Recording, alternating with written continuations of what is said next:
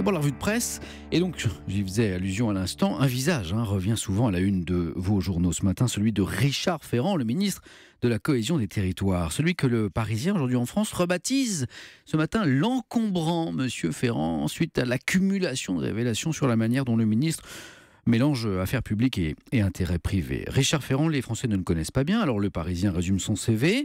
Élu expérimenté, discret, homme de réseau, il a été la cheville ouvrière d'En Marche, celui qui a donné corps à l'ambition du nouveau président. Oui, mais voilà, ajoute le journal, il y a un sérieux vice de fabrication, rien d'illégal à ce jour, mais une fâcheuse tendance à entretenir la confusion entre ses missions publiques et ses affaires privées. Richard Ferrand a aussi, si l'on peut dire, les honneurs de la une de Libération. Faites ce que je dis, pas ce que je fais. Titre Libé pour qui ces affaires entache la réputation d'En Marche, mouvement politique qui brandit la probité en étendard. Quand on donne des leçons, il ne faut pas se mettre en position d'en recevoir, écrit Laurent Geoffrin. Bien sûr, le nouvel exécutif peut se retrancher derrière la justice qui ne voit pas à ce stade la nécessité d'ouvrir une enquête. On ferme les écoutilles et on attend, mais n'est-ce pas justement la marque, s'interroge Geoffrin, de la vieille politique?